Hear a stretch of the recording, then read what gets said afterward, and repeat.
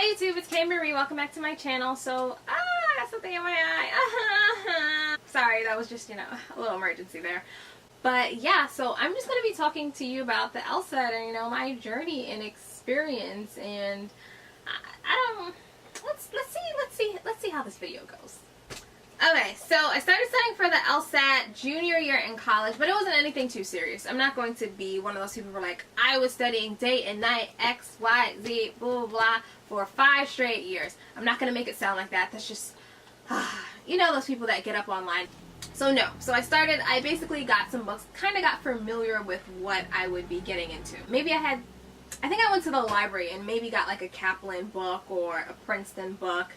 Nothing that I really researched or anything, just to see what the questions generally like and whatnot. And I did buy some of the real LSAT questions online. Yeah, so I just had a book that I would just do a couple questions here and there and whatever. Went into senior year and didn't really touch it at all.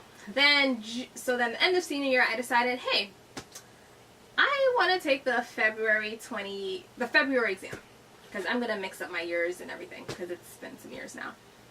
So I was like, okay, I'm going to do this. So I signed up for the exam. The LSAT exam costs $175. So you really want to think about this when you're going to pick the date, because this is not no small feat. But paying for and setting the date ahead of time definitely helps, it's like a milestone for you to definitely work hard towards, because you're like, I don't want to lose $175. And then you also don't want to be, you also don't want to take it a million times, it's after a while it's just like, okay. So I signed up for the exam. I ended up canceling. Long story short, I just couldn't get there, and then I was snowed into my apartment and the whole shebang bang. That was just God, because he knew I wasn't ready. Because I was basically, at that point, I was heavily prepping myself, and there's nothing wrong with that. I think for me, I found out prepping self was a lot better, but I just didn't have the resources then. I think then I had maybe that one book I had from summer. So then I go into the last half of senior year. I opted after February. After February, I just opted not to study for the LSAT. I probably should have, because I had a lot more free time, but I also was in my nursing clinicals, and it was our capstone or our internship, so I was spending a lot more time in the hospital, and I also wanted to take some time to study for the NCLEX and get that out of the way. So upon graduation, I took 2 months, studied for the NCLEX, took it July 7th, July 9th I found out I passed, July 10th I was in a formal LSAT course. So I took the course. It wasn't what I found. It wasn't a course. It was a course that was a class. So I was in a class with about maybe 12 other students, and my teacher was great. She was definitely excellent. I found that going to her personally as opposed to just the class sessions was just a lot better, just because the LSAT is just one of those tests that it's really on how you learn. So it's not one of those things where like you throw everybody in a mix. It's kind of like, it has to be, for me it had to be a little bit more personalized, just because I was one of those people who actually had to learn the game a bit to improve, to do better. The class was more so, I feel like the class was more designed if you were one of the people who are more naturally gifted and you just needed a couple tips and tricks just to bump up your score or whatever. I was not one of those people. I had to, learn. Anyway, my teacher recommended we sign up for the September LSAT, so I signed up for that, and I ended up basically prepping with that class towards that. The downside, I think, of taking the class was, I think I was a little more dependent on the class as opposed to forcing myself to study more. So like, I did all the homework, all the assignments and everything, but what's one thing I found to do while on the LSAT or improve, it's like you really have to like be thinking about it, because it's like you're literally training or rewiring your brain to like think a certain way, or practicing being logically flexible is what my teacher would call it. So like thinking about it like in your day-to-day life, and thinking about it in like your day-to-day life. So yeah, so September, take it. Let's just say I signed up for the February the next February exam. Things that I did differently in terms of that, definitely took studying more in my hands. I decided to go and get the logic Bibles. So I have them right here. So this is the games. They have one for reasoning and they have one for comprehension. As well as I use this app called the 7 Sage. If I were to do things over, I think I would have probably went with that course just because it was more about teaching you from the baby steps.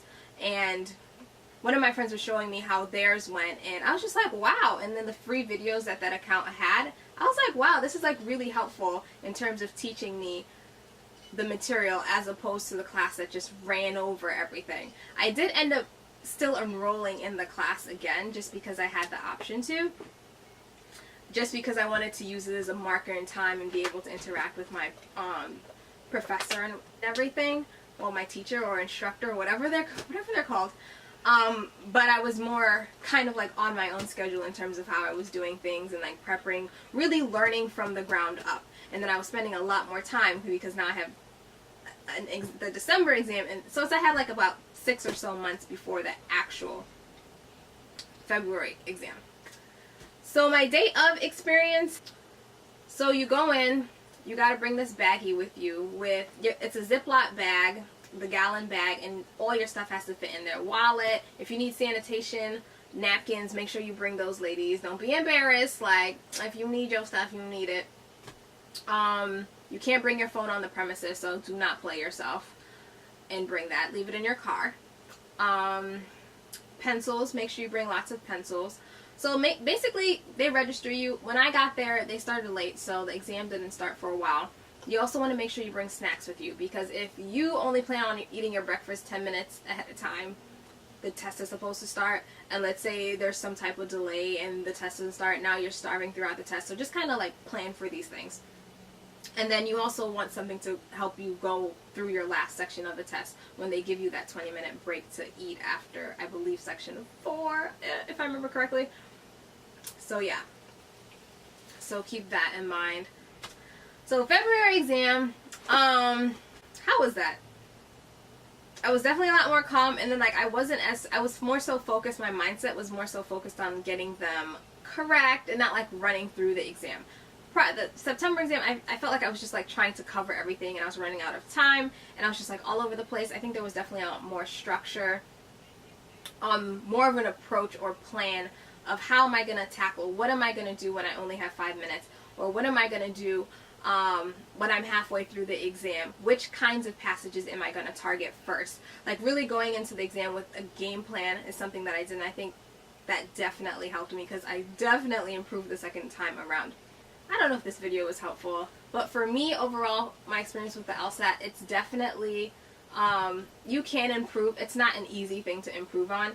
I'm not one of those people who are super good at standardized tests on any level in life. Like, so even in undergrad, I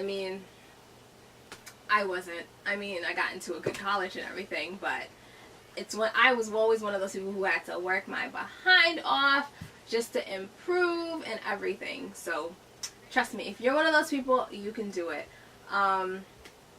In terms of strategies, my best advice in terms of taking the LSAT, honestly, literally just be honest with yourself and how you study and do whatever it takes for you to understand the information and get through it.